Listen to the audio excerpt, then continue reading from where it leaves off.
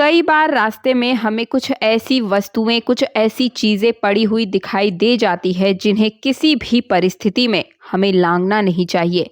लेकिन फिर भी जाने अनजाने में हमसे ऐसी भूल हो जाए तो क्या हमें करना चाहिए, क्योंकि ये वस्तुएं हमें शारीरिक और मानसिक दोनों ही प्रकार से परेशानियों में डाल देती है और तो और कई बार ये हमारे मृत्यु का कारण भी बन जाती है। तो दोस्तों, एक बार इस चीज को बहुत ही विस्तार से समझ लीजिए। लेकिन उससे पहले अगर आप चैनल पर पहली बार आए हैं तो चैनल को सब्सक्राइब और पास वाला बेल आइकन प्रेस करके तुरंत कमेंट बॉक्स में जय श्री राम अभी के अभी लिख दीजिए, ताकि भगवान श्री राम की कृपा और उनके भक्त हनुमान की कृपा सदा सर्वदा आपके और आपके पूरे परिवार पर बनी रहे। दोस्तों, कभी भी हमें रास्ते में किसी के स्नान करने के बाद फैला हुआ अगर पानी दिखाई दे जाए तो हमें, वैसे तो कहने को वो सिर्फ गंदा पानी होता है, दोस्तों बहुत ध्यान से सुनिएगा, कहने के लिए तो वो सिर्फ एक गंदा पानी है और उससे ज्यादा कुछ नहीं। आप चाहें तो इसे लांघ कर भी जा सकते हैं, लेकिन विष्णु पुराण के अनुसार ये माना जाता है कि गंदा पानी नहीं, अपितु इसमें कई तरह की बढ़ चढ़कर जो नकारात्मक चीजें होती हैं वो पानी के माध्यम से निकलती है। दरअसल हिंदू पुराणों में स्नान के संदर्भ में विस्तार से बताया गया है। इसमें बताया गया है कि किसी भी मनुष्य के द्वारा 4 प्रकार के स्नान किए जाते हैं: मुनि स्नान, मानव स्नान, देव स्नान और राक्षसी स्नान। इसमें राक्षसी स्नान सबसे निम्न कोटि का स्नान होता है। साथ ही इसमें यह भी बताया गया है कि स्नान न केवल सिर्फ आपके दिखाई देने वाले भौतिक शरीर की, बल्कि आपके सूक्ष्म शरीर अर्थात ऊर्जा से बने ऐसे शरीर जो अस्तित्व में तो है लेकिन दिखाई नहीं देते, उनकी अशुद्धियां भी धुलकर इस जल में मिल जाती है। और ऐसे में जब कोई व्यक्ति इस जल को लांघता है तो दरिद्रता उसके सर पर चढ़ जाती है। फलस्वरूप वो व्यक्ति कष्ट पाने लगता है। इसलिए दोस्तों, आपकी भलाई इसी में है कि यदि कोई आपको ऐसा पानी दिखे जहां कोई स्नान कर रहा है तो उस जल को आपको लांघना नहीं है, उससे बचना चाहिए। अब बात करते हैं दूसरी प्रकार की अशुद्धि की। दोस्तों, कई बार रोड पर हमें मृत प्राणियों की अस्थियां दिखाई पड़ती है।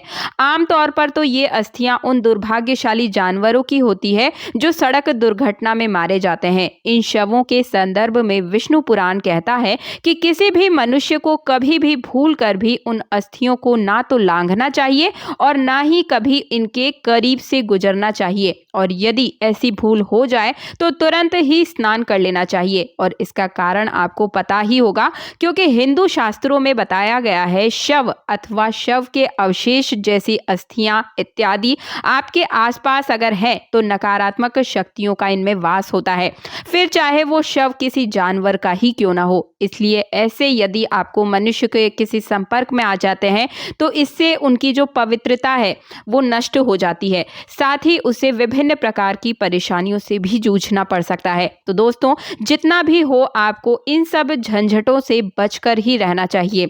अब बात करते हैं तीसरी अशुभ वस्तु की, जो कुछ और नहीं बल्कि बाल है। जी हाँ दोस्तों, कहने को तो बाल बड़ी ही साधारण सी चीज है, लेकिन हिंदू धर्म में बालों को बड़ा ही अशुभ माना गया है। बालों के संदर्भ में एक बार महाज्ञानी भीष्म ने अर्जुन से कहा था कि यदि कभी भोजन में बाल आ जाए तो भूल कर भी उस भोजन को ग्रहण नहीं करना चाहिए, क्योंकि फिर उस भोजन पर पिशाचों का अधिकार हो जाता है। इस प्रकार से बालों के संदर्भ में ये माना जाता है कि यह किसी भी मनुष्य के सिर पर भार के समान है। अतः जब कोई व्यक्ति अपने बालों का त्याग करता है तो न केवल अपने बालों को उतारता है, बल्कि बालों के साथ साथ वो अपने उन नकारात्मक विचारों का भी त्याग कर देता है जो कहीं न कहीं उसके कष्टदायक जीवन का कारण बनते थे। इसी वजह से मौत, मैयत अथवा जीवन की नई शुरुआत जैसे शुभ अशुभ अवसरों पर मुंडन करवाया जाता है। तो दोस्तों, किसी भी व्यक्ति को किसी भी अन्य व्यक्ति के कटे हुए बालों को लांघना नहीं चाहिए, अन्यथा बालों का त्याग करने वाले का भार जो है लांघने वाले व्यक्ति के सर पर चढ़ जाता है। अब बात करते हैं चौथी वस्तु की, और ये जो चौथी वस्तु है वो है भस्म अर्थात राख। दोस्तों, ऐसे में होता क्या है कि जब कभी धार्मिक अनुष्ठान हेतु यज्ञ हवन किए जाते हैं तो भूलवश यज्ञ की राख रास्ते में फैल जाती है। अब क्योंकि ये जो भस्म है वो किसी धार्मिक अनुष्ठान या अग्निदेव की कृपा से उपजी है, इस वजह से ये अत्यंत ही पवित्र हो जाती है। ऐसे में यदि कोई व्यक्ति जाने अनजाने में इसे लांघता है अथवा इस पर पैर रख देता है तो वो पाप का भागीदार बन जाता है और फिर वो अपने जीवन में कष्ट पाता है। हालांकि ये बात सिर्फ हवन की राख पर ही लागू नहीं होती है, बल्कि हर जीव और निर्जीव दोनों वस्तुओं पर लागू होती है। जैसे भोजन, पानी अथवा पूजा पाठ में प्रयुक्त किए जाने वाली तमाम वस्तुओं पर ये चीज लागू होती है। अब ऐसी गलती करने से आपको बचना चाहिए। इसी प्रकार से अगर हम पांचवी वस्तु की बात करें तो इसमें हमें कभी भी ऐसे रास्ते से नहीं गुजरना चाहिए दोस्तों जिस रास्ते पर कांटे हो।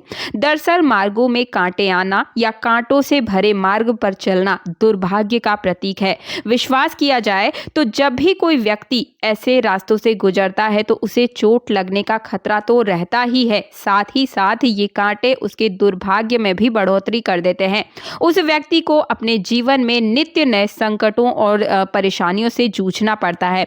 अब छठी वस्तु की बात करूं तो दरअसल इसके अंतर्गत हमें भूल कर भी उन वस्तुओं को नहीं लांघना चाहिए जिनका प्रयोग तंत्र क्रिया में किया जाता हो। इसमें होता क्या है दोस्तों, कई बार तांत्रिक जो व्यक्ति होते हैं किसी प्रकार की नकारात्मक शक्ति को संतुष्ट करने हेतु सुनसान स्थानों पर जैसे सड़क हो गया, चौराहे हो गए, ऐसी स्थितियों में यानी कि सड़क या चौराहों पर उन भूत प्रेत द्वारा बताई गई वस्तुओं को जैसे मिठाई, मांस, अंडे आदि चीजों को जो है या फिर कोई लौंग हो गया या कोई कपड़ा हो गया, नींबू, कोई ऐसी वस्तुएं हैं, नई नवेली वस्तु अगर कुछ रखी हुई है तो आपको भूल से भी उन चीजों को नहीं लांघना चाहिए। ये नकारात्मक शक्तियों का एक जीता जागता सबूत होता है। किंतु ऐसे अगर भूलवश आप इन वस्तुओं को अपने ऊपर से लांघ देते हैं तो इससे क्या होता है, नकारात्मक शक्तियां जो हैं वो रुष्ट हो जाती हैं और फिर वो आपके हित में नहीं बल्कि आपके पीछे पड़ जाती है। और आम बोलचाल की भाषा में अगर बोला जाए तो जो प्रेत बाधा है वो आपको हो सकती है। अतः दोस्तों आपको भी ऐसे रास्ते से नहीं गुजरना चाहिए। अगर ऐसी कोई वस्तु दिखाई पड़ जाए तो बेहतर यही होगा कि आप उससे दूर से बचकर निकल जाएं, लेकिन उसे लांघ कर कभी ना जाए। रास्ता बदल जाए, चाहे कुछ भी करे, लेकिन उन्हें लांघना नहीं चाहिए और ना ही कभी उन्हें उठाना चाहिए। अब मैं आपको अंतिम और सातवीं वस्तु बताने जा रही हूँ। असल में दोस्तों ये कोई मतलब वस्तु नहीं है, ये गंदगी है जिसे हम में से ही कुछ मूर्ख जो लोग होते हैं वो कर देते हैं।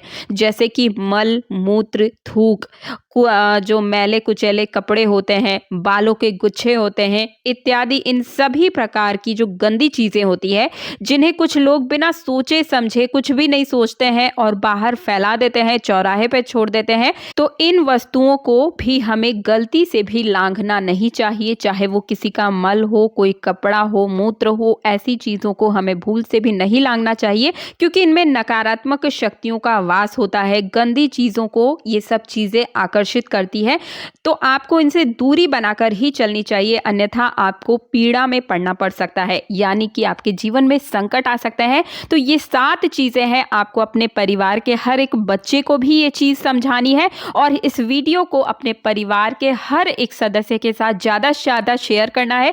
कमेंट बॉक्स में अगर अभी तक जय श्री राम नहीं लिखा है तो तुरंत लिख दीजिए, इसमें कंजूसी नहीं करनी है आपको। भगवान का नाम लिखेंगे तो आपके कष्ट तो दूर होंगे ही साथ पुण्य की प्राप्ति भी होगी और भगवान का आशीर्वाद भी मिलेगा। वीडियो पसंद आया तो वीडियो को लाइक करने के साथ चैनल को सब्सक्राइब और पास वाला बेल आइकन जरूर प्रेस कर दीजिएगा। मिलती हूँ अगले वीडियो में। जय श्री राम।